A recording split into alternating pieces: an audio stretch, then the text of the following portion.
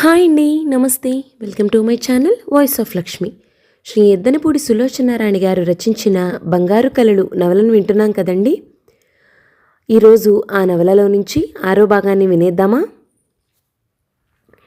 పురుషోత్తం గారు బయటికి వెళ్ళడానికి బయలుదేరుతూ చెప్పులేసుకుని చిన్న కొడుకున్న గదిలోకి వచ్చారు.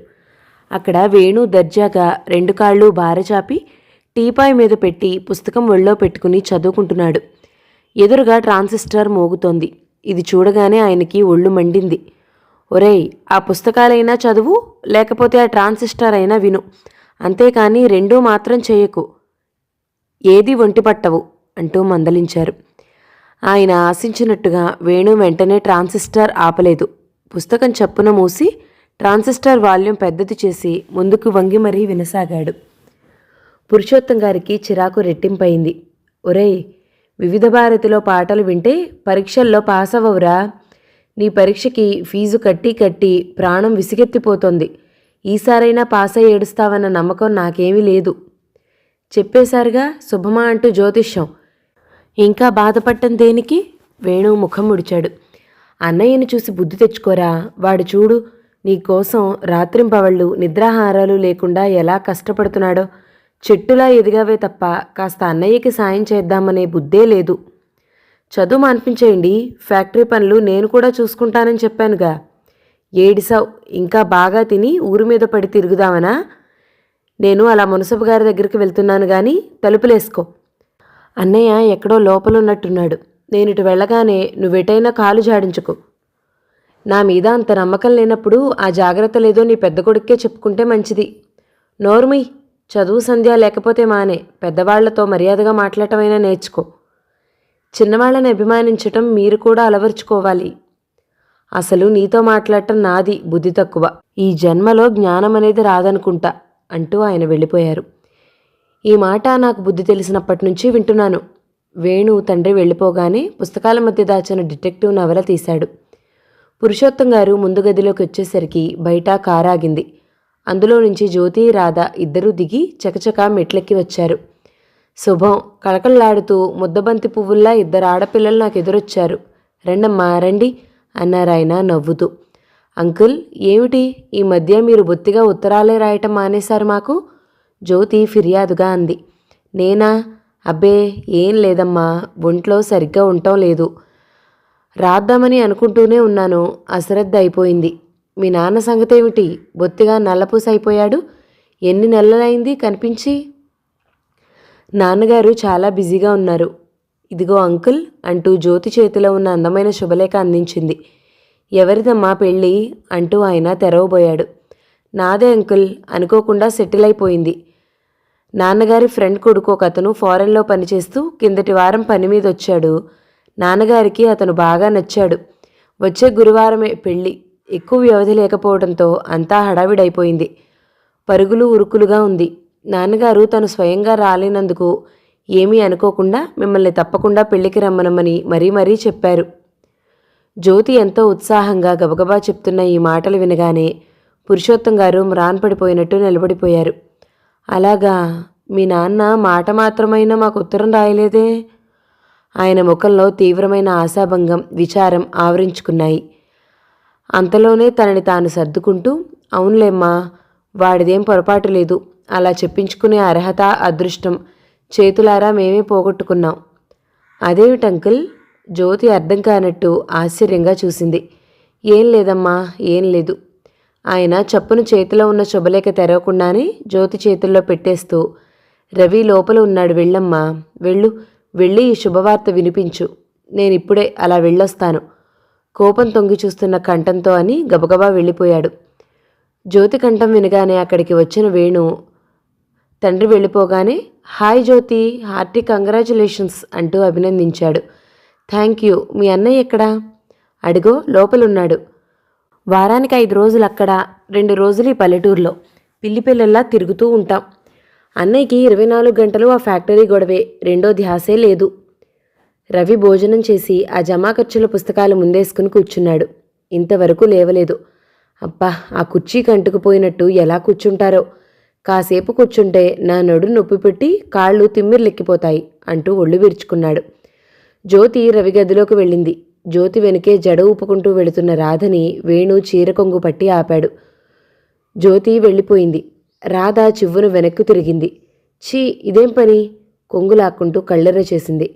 రాధ, ఇక్కడికొచ్చినప్పటి నుంచి ఇదే ధ్యాస. పుస్తకం తెరిస్తే నువ్వు, మూసి గోడకేసి చూస్తే అక్కడ క్యాలెండర్లోనూ నువ్వు. ఎటు చూసినా జడ ఊపుకుంటూ కళ్ళెదుట ప్రత్యక్షమయ్యి నన్ను పిచ్చివాణ్ణి చేస్తున్నావు. చాలేని కబుర్లు. అందుకే కాబోలు మా ఇంటి దగ్గర నుంచి వచ్చేటప్పుడు రోజూ కనిపిస్తాను రాదా అంటూ చేతిలో చెయ్యి వేసి ఒట్టు పెట్టి వారం రోజులకు ఒకసారి కూడా కంటికి కనిపించకుండా పోతున్నావు. నన్నేం చేయమంటావు చెప్పు?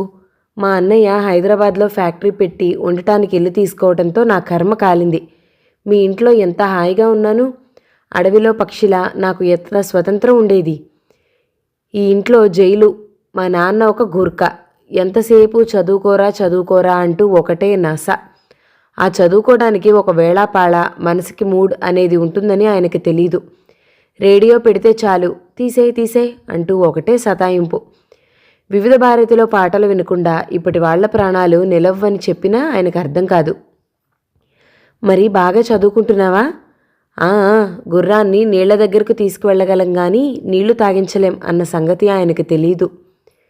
నీతో కమ్మగా కబుర్లు చెప్పి ఎన్ని రోజులైంది బావా. నువ్వు అప్పుడు చెప్పావే, నాకు కూడా అంతే. ఏ పని చేస్తున్నా నువ్వే గుర్తుకొస్తావు. మా ఇంటికి రా బావా. రాధా గారాలు పోయింది. మీ ఇంటికి వచ్చి మాత్రం ఏం లాభం? మీ చిట్టి పోలీస్ జవాన్లా మనల్ని వదలదు కదా. అయితే నేను ఉపాయం చెప్పనా? అదే కదా నేను మొత్తుకునేది. నాకు నోటితో చెప్పడానికి సిగ్గేస్తుంది బాబు. ఇదిగో కాగితం మీద రాసి తెచ్చాను. నీతో అసలు ఇంత మాత్రం మాట్లాడడానికి వీలవుతుందని కూడా నేను అనుకోలేదు. ఈ ఉత్తరం చూసి నవ్వుకోనంటే ఇస్తాను. నవ్వుకోను. ఏది? రాధ బ్యాగ్లో నుంచి తీసిన ఉత్తరం వేణు తటాలను లాక్కున్నాడు. అది గబగబా చదవగానే అతని ముఖం చాటంతయ్యింది. అమ్మ దొంగ అంటూ చెయ్యి పట్టి గుంజాడు. జ్యోతి రవిగదిలోకి వచ్చేసరికి అతను దీక్షగా, సర్వం మర్చిపోయినట్టుగా టేబుల్ దగ్గర కూర్చుని ఫైల్స్ మాటిమాటికి చెక్ చేస్తూ పక్కనున్న కాగితం మీద రాసుకుంటున్నాడు. ఒక్క నిమిషం అతన్ని అలాగే చూస్తూ నిలబడిన జ్యోతి తలుపు మీద మెల్లగా వేళ్లతో కొడుతూ నమస్తే అంది. చిరాకుగా అంకెల్ని గబగబా కూడుతున్న రవి చివ్వున తలెత్తి చూశాడు. ఎదురుగా గుమ్మంలో తెల్లటి బట్టలతో అప్పుడే విచ్చిన గులాబీలా వికసించిన ముఖంతో జ్యోతి నిలబడి ఉంది. రవి కళ్ల ముందు నుంచి అంకెలు, కూడికల పుస్తకాలు, ఫైల్స్ అన్నీ ఒక క్షణం మాయమయ్యాయి. జ్యోతి మీద నుంచి దృష్టి మరల్చుకోలేని వాడిలా చూస్తూ ఉండిపోయాడు. ఒక్క నిమిషం లోపలికి రావడానికి అనుమతి ఇస్తారా? ఇంగ్లీష్లో ఎంతో అణకువతో అడిగింది. రవికి ఒక్క అంగలో లేచి వెళ్ళి జ్యోతిని 2 చేతులతో ఎత్తుకుని లోపలికి లాక్కు రావాలనిపించింది. ఎలాగో నిగ్రహించుకుని పుస్తకాలు మూసి టేబుల్ మీద పెట్టేసి కుర్చీలో వెనక్కి ఆనుకుంటూ ఈ మర్యాదలెప్పటినుంచి? రా అన్నాడు. జ్యోతి లోపలికొచ్చింది. మేం మీకు పరాయి వాళ్ళమని తెలుసుకున్నప్పటి నుంచి. నిజంగా? అదెప్పుడు తెలిసింది? అన్నాడు నవ్వుతూ. ఓ శుభముహూర్తాన నాన్నగారికి మీకు తెలియచెప్పినప్పటి నుంచి. అయితే నా మీద కోపం పోదన్నమాట. కోపం ఎందుకులేండి, పెదవికి చేటు అన్నారు. నువ్వు పేదదానివా? My god! రవి ఫకాల్న నవ్వాడు. ఫైల్స్ అన్నీ చకచకా సర్దేసి పక్కన పెడుతూ జ్యోతి, రాగానే నేనే నిన్ను కలుద్దామని అనుకుంటున్నాను అన్నాడు. ఎందుకో? నిన్నెక్కడికైనా లాక్కెళ్ళి నా మనసులో మాట వివరంగా చెప్దామని. ఆ పని ఇన్నాళ్ళు ఎందుకు చేయలేదు? నిజం చెప్తున్నాను, ఈ ఫ్యాక్టరీ పనులతో నాకు క్షణం తీరటం లేదు. వచ్చే వారమే కాస్త ఊపిరి తీసుకునేందుకు వీలవుతుంది. మీకు తీరిక చిక్కేటప్పటికీ నాకు తీరిక ఉండొద్దు అంటే? నాకిప్పుడు మీ మాటలు వినేటంత తీరుబడి లేదు. ఇదిగో ఇది చూస్తే కారణం మీకే తెలుస్తుంది అంటూ జ్యోతి చేతిలో శుభలేఖ అతని ముందు పెట్టింది. శుభలేఖ? ఎవరిది పెళ్ళి? అతను కుతూహలంగా చేతుల్లోకి తీసుకున్నాడు. ఇంకెవరితో అయితే స్వయంగా వచ్చి ఇవ్వాల్సిన పని నాకేమిటి? పెళ్ళి నాదే. నాన్నగారు ఫోన్ చేసి చెప్తానంటే నేనే వద్దన్నాను. స్వయంగా ఇవ్వటం మర్యాద అని వచ్చాను. రవి దిగ్భ్రాంతి చెందినట్టు చూడసాగాడు. శుభలేఖ తెరవబోతున్న అతను షాక్ తిన్నట్టుగా ఆగిపోయాడు. జ్యోతి తలదించుకుని తగ్గుస్వరంతో అంది. పెళ్ళి వచ్చే ఆదివారం. మీరు తప్పక రావాలి. వస్తే చాలా సంతోషిస్తాను. రవి ముఖం ఉద్వేగం, ఆగ్రహం, ఆశాభంగం లాంటి రకరకాల భావాలతో ఉక్కిరిబిక్కిరవుతున్నట్టుగా ఉంది. కుర్చీలో నుంచి చటుక్కున లేచి కిటికీకి దగ్గరగా వెళ్ళి నిలబడ్డాడు. అతని మనసు పాతాళానికి కుంగిపోతున్నట్టుగా ఉంది. ఒక్క నిమిషం ఆ గదిలో భయంకరమైన నిశ్శబ్దం ఏర్పడింది. జ్యోతి మెల్లని స్వరాన అంది, కనీసం కంగ్రాచులేషన్స్ అయినా చెప్పరా మీరు? రవి చివ్వున వెనక్కి తిరిగాడు.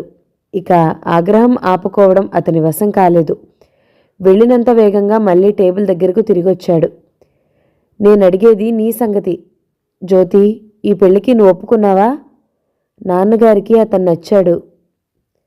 జ్యోతి మౌనం అతని ఆవేశాన్ని మరింత రెచ్చగొట్టింది. మాట్లాడవేం జ్యోతి? ఏం మాట్లాడను? నాకు నచ్చినవాడు నల్లరాయిలా ఊరుకుంటే నేనేం చేయను? నాన్నగారు నా పెళ్లికి తొందరపడుతున్నారు. ఆయనకి ఒక్కగానొక్క బిడ్డగా ఆయన్ని బాధ పెట్టలేకపోతున్నాను. నా సంతోషం కంటే ఆయన నిశ్చింతే నాకు ముఖ్యం అనిపించింది. కనీసం ఈ పెళ్లి నిశ్చయం అయ్యే ముందైనా ఒక్కసారి నాకు చెప్పాలని నీకు తోచలేదా? నువ్వు నన్ను అర్థం చేసుకుంటావని అనుకున్నాను. నీ మనసులో నాకు తప్ప ఎవరికీ స్థానం ఉండదని, 1 సంవత్సరం ఆగటం నీకేమీ కష్టం కాదని, నా అభిమానం అర్థం చేసుకుని మీ నాన్నకి నచ్చజెప్పగలవని ఆశించాను. నన్ను క్షమించండి. జ్యోతి ముఖంలో బాధ కనిపించింది. ఇంతకీ ఎవరతను? ఈ కాస్తలో ఎక్కడి నుంచి ఊడిపడ్డాడు? నాన్నగారికి ఒక ఫ్రెండ్ కొడుకు, ఫారెన్లో ఉంటున్నాడు. చదువు, హోదా అన్నీ ఉన్నాయి. కవరు తెరిచి చూడండి. అతని అంతస్తు మీకే తెలుస్తుంది. ఐసీ. రవి కవర్ తీసుకున్నాడు.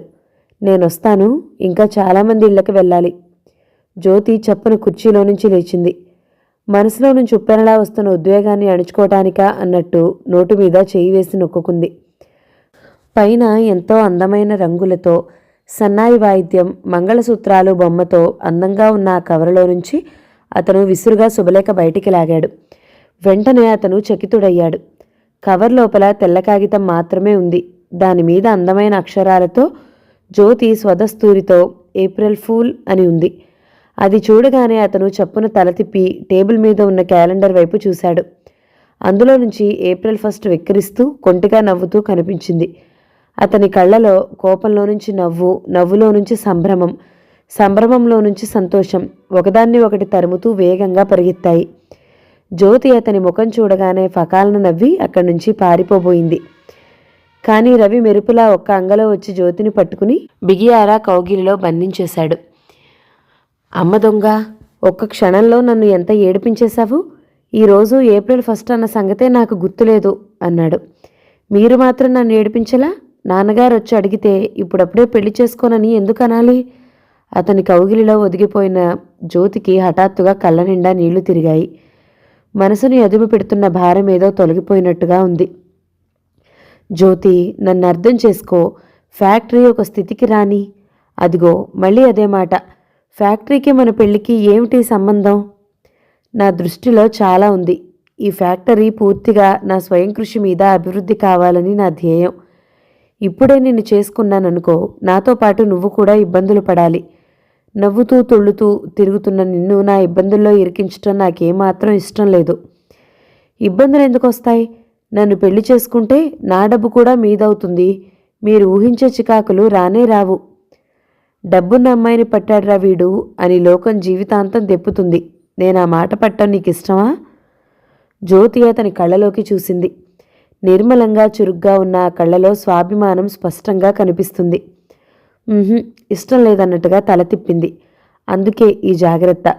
నీ డబ్బు నేను తీసుకునే అవసరం రానే రాకూడదు జ్యోతి. నా కోసం, మన కోసం 1 సంవత్సరం ఎదురు చూడలేవా? జ్యోతి చెంప అతని చేతి మీద ఆనింది. అట్లా ఎదురు చూసినందుకు నాకేమిటి బహుమతి అంది. జీవితాంతం నిన్ను పువ్వుల్లో పెట్టుకుని పూజించుకుంటాను. అయితే అర్జెంటుగా ఇప్పుడే ఒక పూలతోట వేసేయండి మరి. రవి నవ్వాడు. జ్యోతిని వదలబోయి జుట్టులోకి వేళ్లు పోనిచ్చి తలని మరింత దగ్గరగా అదుముకున్నాడు. అబ్బా, ఒక్క క్షణంలో నన్నెంత ఫూల్ని చేశావు! ఒక్కసారి నా కళ్ళ ముందు చీకటైపోయింది. జీవితంలో రుచి ఇంకిపోయినట్టే అనిపించింది. నాకు కావలసిన రహస్యం నేను రాబట్టుకున్నాను. నాన్నగారు వచ్చి మీరు పెళ్లికి సుముఖంగా లేరని చెప్పగానే నాకు కూడా కళ్ళ ముందు చీకటయింది. దానికి కారణం ఏమిటో స్వయంగా తెలుసుకోవాలని అనిపించింది. మీ మనసులో ఇంకెవరైనా ఉన్నారేమో, మీ మీద ఆశలు పెట్టుకుని కలలు కంటూ నేనే ఫూల్ను అవుతున్నానేమోనని భయపడ్డాను. ఆ భయం ఇప్పుడు తీరిపోయింది. నాకు మీకు మధ్య ఫ్యాక్టరీ తప్ప ఇంకేం అడ్డు లేవు. ఇప్పుడు 1 సంవత్సరం కాదు, 100 సంవత్సరాలైనా వేచి ఉండగలను. అమ్మో, అన్ని సంవత్సరాలే నేనాగలేను. 1 సంవత్సరం కంటే గడువివ్వను. ఈ లోపల భూమి ఆకాశం తల్లకిందులు చేసైనా సరే ఫ్యాక్టరీ అభివృద్ధి చేస్తాను. ప్రామిస్? ప్రామిస్. పురుషోత్తం గారు ముందు గదిలో కూర్చుని పేపర్ చూస్తున్నారు. ఇంతలో చిదంబరం గొడుగు చంకన పెట్టుకుని బావా బావా అని కేకలు పెడుతూ వచ్చాడు. ఆయన పేపర్ పక్కకు తీసి హఠాత్తుగా ఊడిపడిన చిదంబరాన్ని చూస్తూ ఆశ్చర్యంగా ఏమిటి అన్నారు. పురుషోత్తం గారిని చూడగానే చిదంబరం బావా అన్నాడు బేలగా. ఆయన ముఖం చూస్తే రాకూడని ఆపద ఏదో వచ్చి నెత్తిమీద పడి కుంగదీస్తున్నట్టుగా ఉంది. ఏమిటయ్యా అన్నారు ఆయన కంగారుగా. చిదంబరం జవాబు చెప్పలేదు. గొడుగు కింద పడేసి ఎదురుగా ఉన్న బల్ల మీద కూర్చున్నాడు. కళ్ళ నిండా నీళ్లు ముంచుకు రావడంతో ఉత్తరీయం చెంగు ముఖాన కప్పుకుని బావురుమన్నాడు. పురుషోత్తం గారు చప్పున లేచి వచ్చి ఆయన పక్కన కూర్చుని భుజం తట్టి కుదుపుతూ ఏమిటసలు, ఏమైందో చెప్పు అన్నాడు గాబరాగా. ఏం చెప్పను బావా, నా రాత బద్దలైంది. నా పరువు బజార్లో పడింది. నిన్నట్నుంచి రాధ ఇంట్లో లేదు. ఆయన తెల్లబోయారు. మొన్న మధ్యాహ్నం జ్యోతితో కలిసి వెళ్ళింది. ఇద్దరూ కలిసి ఇక్కడికి వస్తున్నామని చెప్పారు. వచ్చిందా అసలు? వచ్చిందే. జ్యోతితో పాటు తిరిగి వచ్చిందట. కానీ ఇంటికి సరాసరి రాలేదు. స్నేహితురాళ్ళందరిళ్ళు వెతికాను, ఎక్కడా లేదు. కంగారేసిపోయి ఏమైందో ఏమిటోనని పోలీస్ రిపోర్ట్ ఇచ్చాను. ఏమైనా ఆచూకీ దొరికిందా? ఆయన తల ఊపి ఊరుకున్నాడు. ఎక్కడుంది? హోటల్ రూంలో ఉందిట. పోలీసులు అరెస్టు చేశారు. చిదంబరం రాగాలు వినిపించగానే గదిలో పడుకున్న రవి కూడా లేచొచ్చాడు. ఏమిటి మావయ్య నువ్వనేది? మన రాధ సంగతేనా నువ్వు చెప్పేది? అవునరా బాబు, అదే మేకలాంటి పిల్ల. దానికింత ధైర్యం ఎలా వచ్చిందా అని విస్తుపోయాను. పోలీసులు ఆ మాట చెప్పగానే నరికి పోగులు పెడదామని వెళ్ళాను. వెళితే రాధ పట్టుబడింది ఎవరితోనో కాదు, మన వేణుతో. ఇద్దరు హోటల్లో భార్యాభర్తలుగా సంతకాలు చేసి రూమ్ తీసుకున్నారట. రవి పురుషోత్తం ఇద్దరూ పిడుగుపడ్డట్టుగా చూశారు. ఈ కుంభకోణం నాకేం తెలుసు? పిల్ల కనిపించకపోతే కంగారు పడి రిపోర్ట్ ఇచ్చాను. ఇదేమిటమ్మా ఇట్లా చేశావు అని దాన్ని చీవాట్లు వేస్తే బావా పెళ్లి చేసుకుంటానని అన్నాడు నాన్న. అతని మాట కాదనలేకపోయాను అంటూ బావురుమంది. ఇప్పుడు ఇద్దరూ ఎక్కడున్నారు? పళ్ళ బిగువని అడిగారు పురుషోత్తం. పోలీస్ స్టేషన్లో.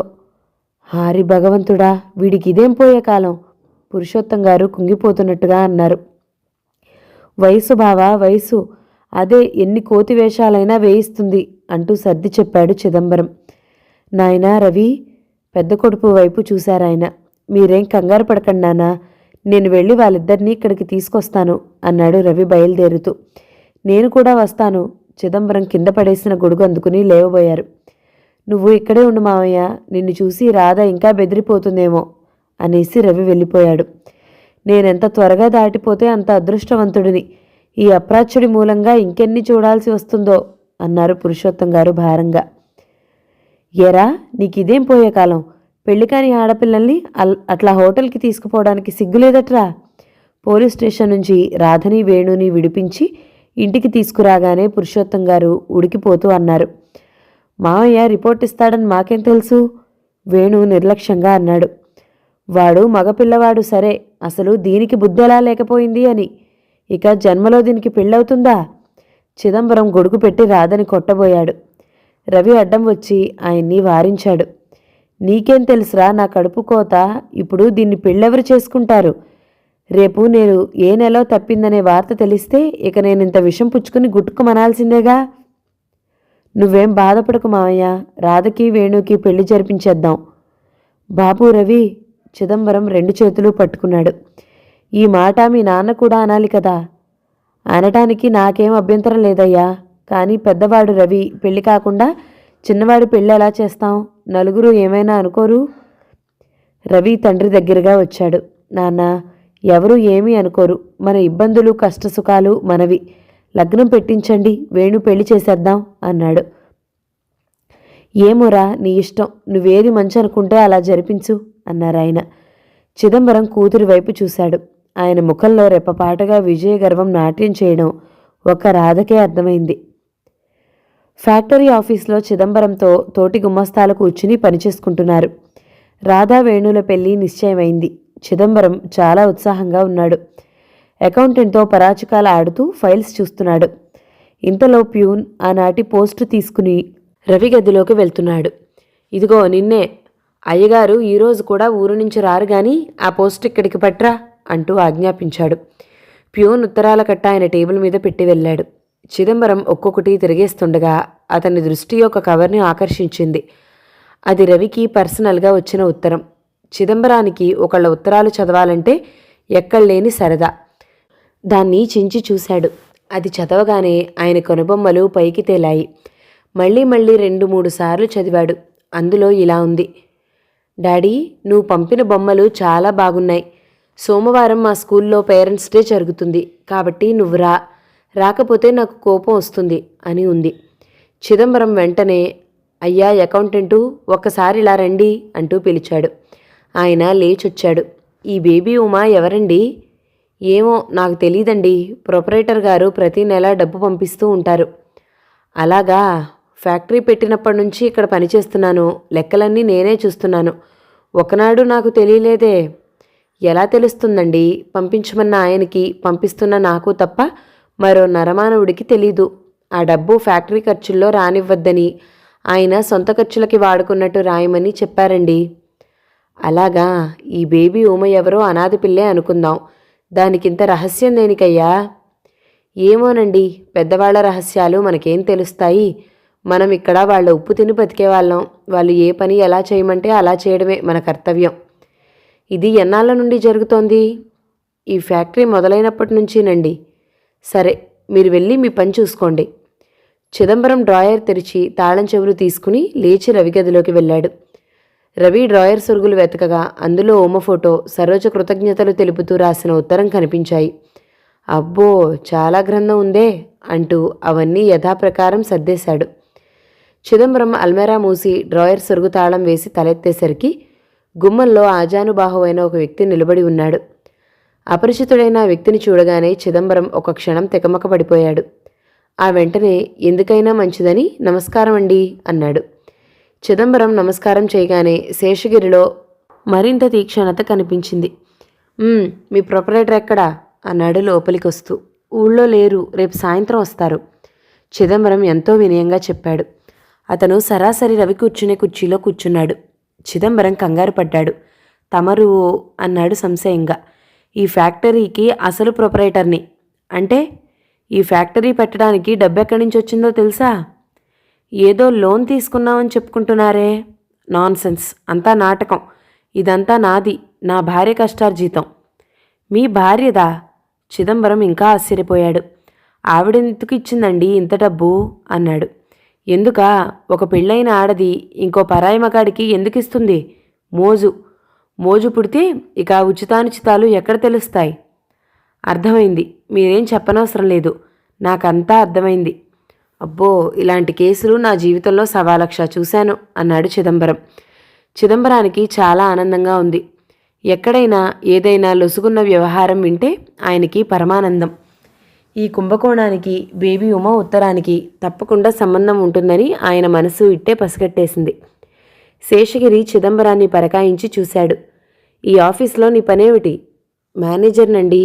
సరే, మీ ప్రొపరేటర్ వచ్చిన తర్వాత మళ్ళీ కలుస్తాను కానీ డబ్బుంటే ఇప్పటికి కొంత ఇవ్వు. డబ్బైతే చాలా ఉంది, కానీ ఇచ్చే అధికారం మాత్రం నాకు లేదు. తమరి డబ్బు తమకి న్యాయంగా అంతా దక్కాలంటే మార్గం నేను చూపించగలను. ఏమిటది? ఈ ఫ్యాక్టరీ అంతా రాజారావు గారని ఆయన ప్రోత్సాహం వల్ల మొదలైంది. ఆయన తన కూతుర్ని రవికి ఇవ్వబోతున్నారు. మీ కేసు ఆయన దగ్గరికి వెళితే మీకు అన్ని విధాలా న్యాయం చేకూరుతుందని నా నమ్మకం. ఆయన ఎక్కడుంటాడు? అడ్రస్ నేను ఇస్తానుగా. కానీ ఆయన ముందు మీరు ఇలా మాట్లాడితే పని జరగదు. ఆయన అసలే retired military man. Firebrand shoot చేస్తానంటాడు. చేస్తాడు కూడా. మీరు బాధపడుతున్నట్టుగా అనునయంగా అడగాలి. అప్పుడు పని జరుగుతుంది. థ్యాంక్ యూ, మీరెంత మంచివారండి. శేషగిరి కుర్చీలో నుంచి లేచి ఆయన 2 చేతులు పట్టుకున్నాడు. ఈ లోకంలో ఇంకా మీలాంటి ధర్మాత్ములు ఉన్నారు కాబట్టే నాలాంటి అమాయకులు బ్రతకగలుగుతున్నారు. మీ మేలు మర్చిపోలేను అని కృతజ్ఞతలు చెప్పుకున్నాడు. చిదంబరం చేతిలో చాలా చక్కటి పావు చిక్కినంత ఆనందం కలిగింది. వేణు అల్లుడు కాబోతున్నాడు. ఎలాగైనా సరే ఈ ఫ్యాక్టరీ అంతా అతనికి కట్టుబెట్టి దీని మీద అధికారం అతని చేతిలో ఇముడ్చుకోవాలి.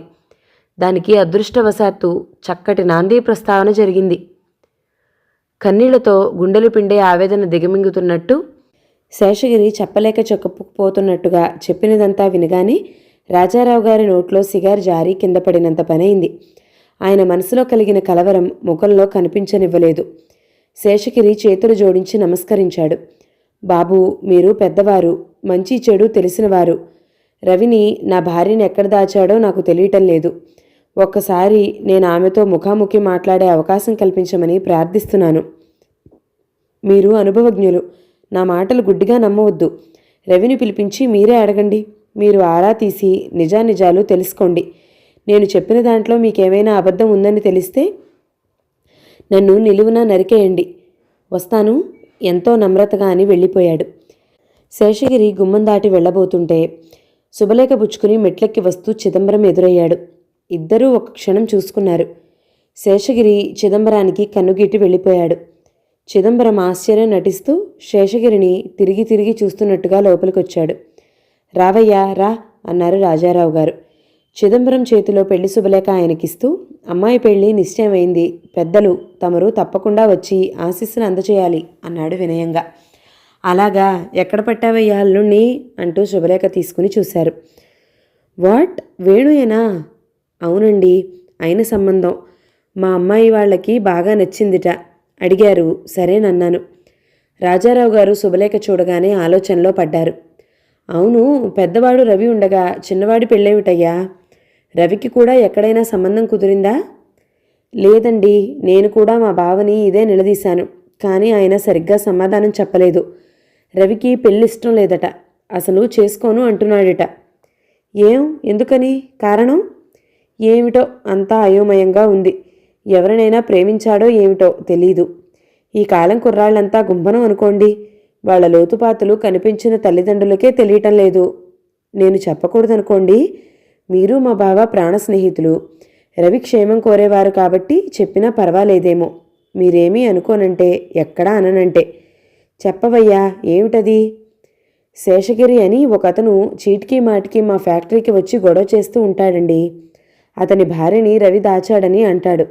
ఇదంతా నిజమో అబద్ధమో ఆ దేవుడికే తెలియాలి.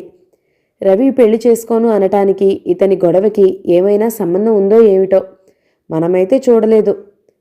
వస్తాను, ఇంకా చాలా చోట్ల శుభలేఖలు ఇవ్వాలి. తమరు తప్పక పెళ్లికొస్తారుగా అన్నాడు చిదంబరం. అలాగే.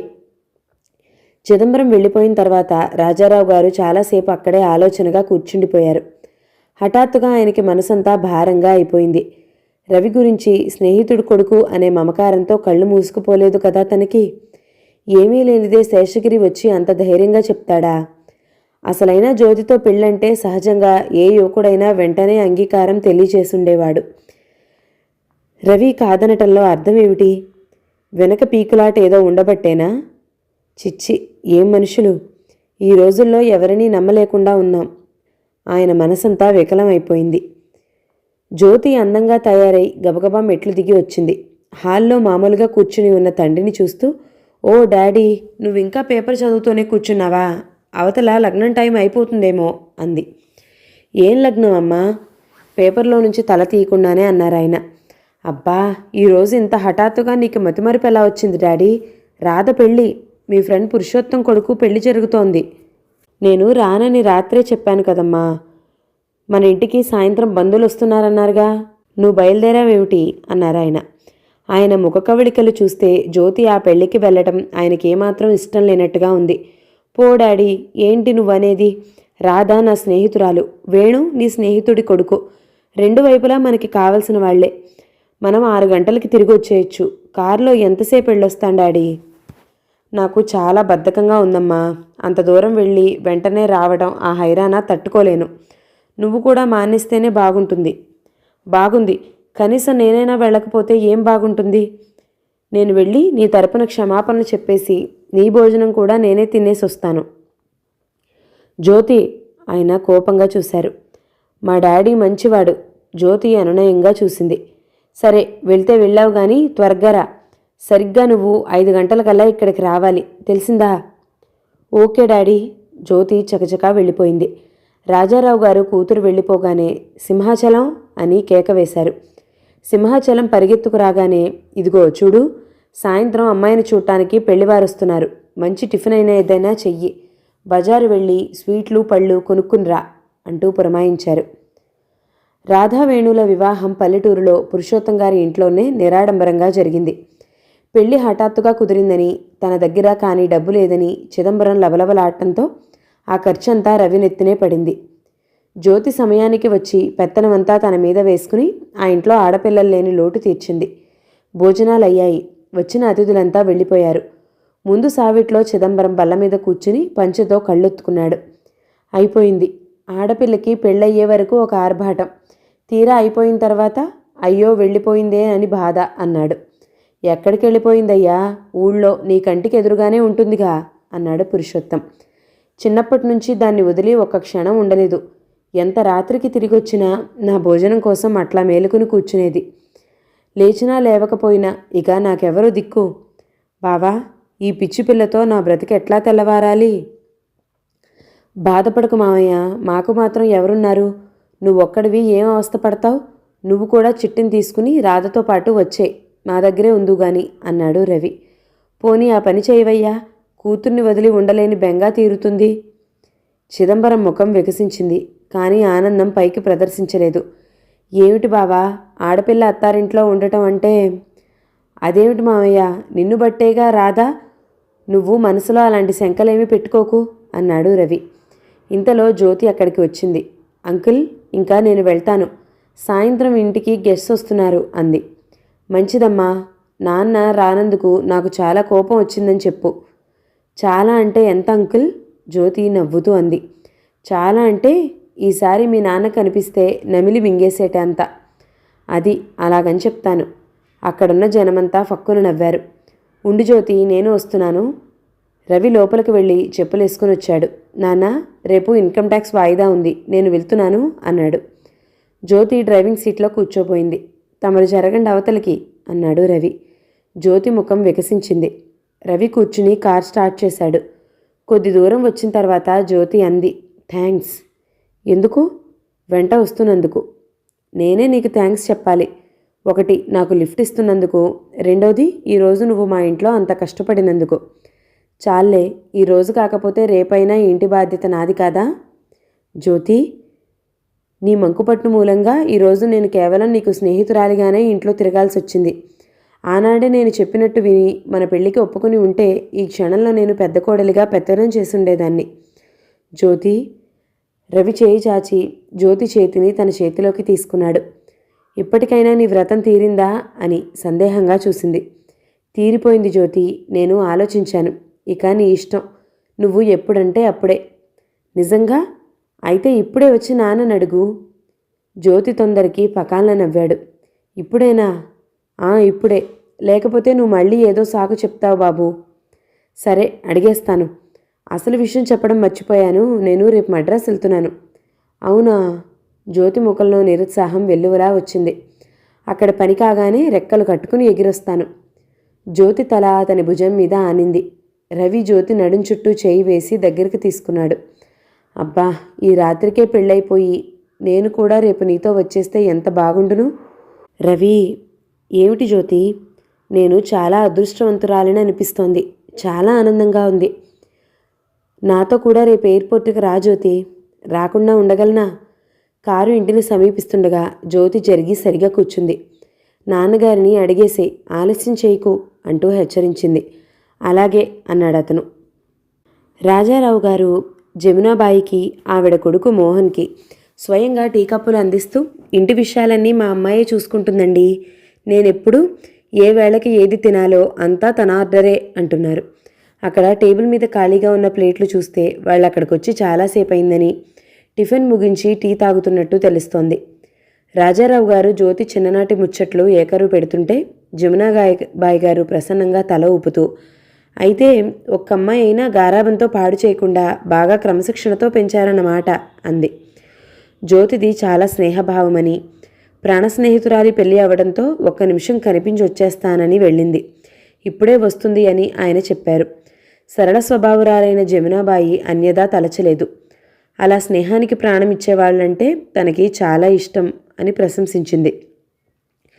జమునాబాయి గారి కుటుంబం చాలా పరువు ప్రతిష్టలు కలది. మోహన్ విదేశాలు వెళ్ళి చదివి వచ్చాడు. రాజారావుకి ఈ సంబంధం ఖాయం చేయాలని ఉంది. అదిగో నేను చెప్పలా, మా అమ్మాయి టైంని పంక్చువల్గా పాటిస్తుంది, రానే వచ్చింది అన్నారు ఆయన ఉత్సాహంగా. కారులో నుంచి జ్యోతి దిగింది. జ్యోతి వెంట రవి కూడా దిగాడు. అతన్ని చూడగానే రాజారావు గారి ముఖం లానమైంది. కానీ అది క్షణికం మాత్రమే. హాల్లో అడుగు పెట్టగానే కనిపించిన అతిథులను చూసి జ్యోతి, రవి ముఖాలు చూసుకున్నారు. జ్యోతి, రామ్మ, వీరు జమునాబాయి గారని ప్రసిద్ధ సోషల్ వర్కర్. తెలుసు నాన్న. జ్యోతి నవ్వుతూ ఆవిడికి నమస్కరించింది. ఇతను వారబ్బాయి Mohan. Glad to meet you అన్నాడు మోహన్. రవిని రాజారావు గారు పలకరించలేదు, కూర్చోమని అనలేదు. అసలు అతని వైపే చూడనేలేదు. నాన్న, రవి, జ్యోతి ఏదో చెప్పబోతుంటే రాజారావు గారు ఆ మాటల్ని తుంచేస్తూ, మోహన్ చాలా సంస్కారం కలవాడమ్మా, రత్నం లాంటివాడు. మోహన్ లాంటి కుర్రాడు 1,000,000 మందిలో ఒక్కరు కూడా ఉండరు. అతనికి ఇంకా పెళ్లి కాకపోవడం నా అదృష్టం అనుకుంటున్నాను. I'm very very happy. జ్యోతికి వాళ్ళెందుకు వచ్చారో అర్థమైపోయింది. తండ్రి రవిని గుర్తించి ఊరుకోవడం, వాళ్ళకి పరిచయం చేయకపోవడం చూసి కోపం వచ్చింది. అతనికి జరిగిన అవమానం తనకి జరిగినట్టే భావించింది. రవిని వాళ్లకు తనే పరిచయం చేయడానికి నిశ్చయించుకుంది. రా రవి, అక్కడే నిలబడిపోయావేం? వీళ్ళు మనకి బాగా తెలిసిన వాళ్లే. జ్యోతి మోహన్ వైపు జరిగింది. ఇతను రవి, మా నాన్నగారి ప్రాణమిత్రుడి కొడుకు, మై వుడ్ బి హస్బెండ్. సంతోషంగా కరచాలనం చేయబోయిన మోహన్ చటుక్కున ఆగిపోయాడు. జమునాబాయి ఉలిక్కిపడ్డట్టుగా చూసింది. జ్యోతి, రాజారావు గారు కోపంగా పిలిచారు. జ్యోతి తొణుకు బెణుకు లేకుండా నిశ్చలంగా అంది.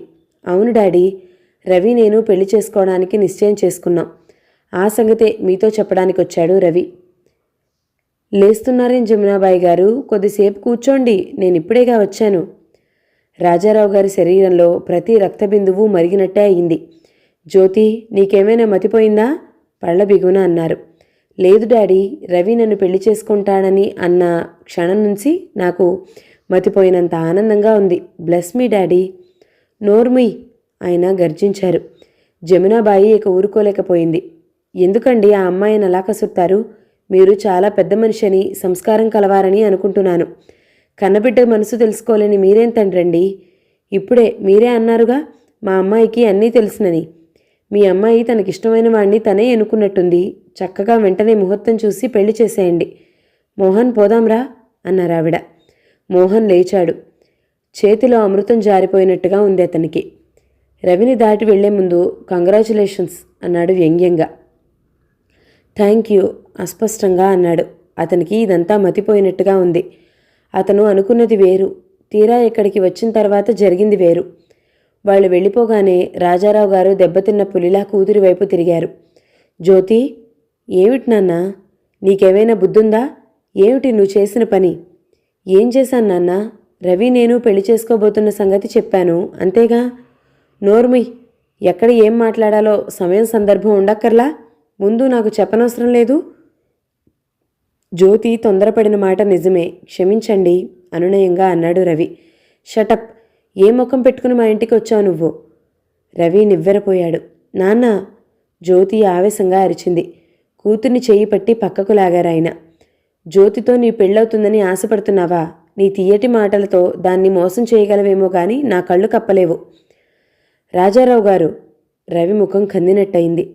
చెప్పు, జ్యోతిని పెళ్లి చేసుకుంటానని నన్ను అడిగే ముందు నా ఈ మాటకు జవాబు చెప్పు.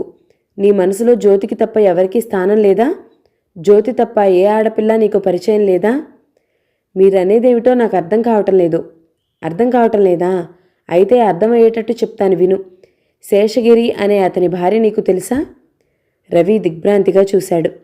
మాట్లాడు, నీకు తెలుసా తెలీదా? రవి జవాబు చెప్పలేకపోయాడు. మాట్లాడు, నీకు తెలుసా తెలీదా? సమాధానం చెప్పు, ఆయన అరిచాడు. తెలుసు. తెలుసు కదూ. ఆ అమ్మాయి నీ అండలో ఉంటున్నదా లేదా? ఉన్నది. ఎందుకుంది? ఏమిటి మీ ఇద్దరి సంబంధం?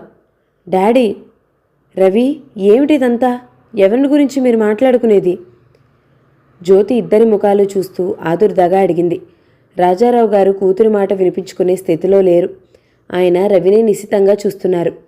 పెళ్లి జరిగి భర్తతో కాపురం చేసుకోవాల్సిన అమ్మాయి భర్త నుంచి విడదీసి నీ దగ్గర ఉంచుకోవాల్సిన అవసరం నీకేమిటి? రవి మౌనంగా నిలబడిపోయాడు. మాట్లాడు, నిన్నే, ఆయన రెట్టించారు. రవి శక్తి తెచ్చుకుంటున్నట్లుగా అన్నాడు.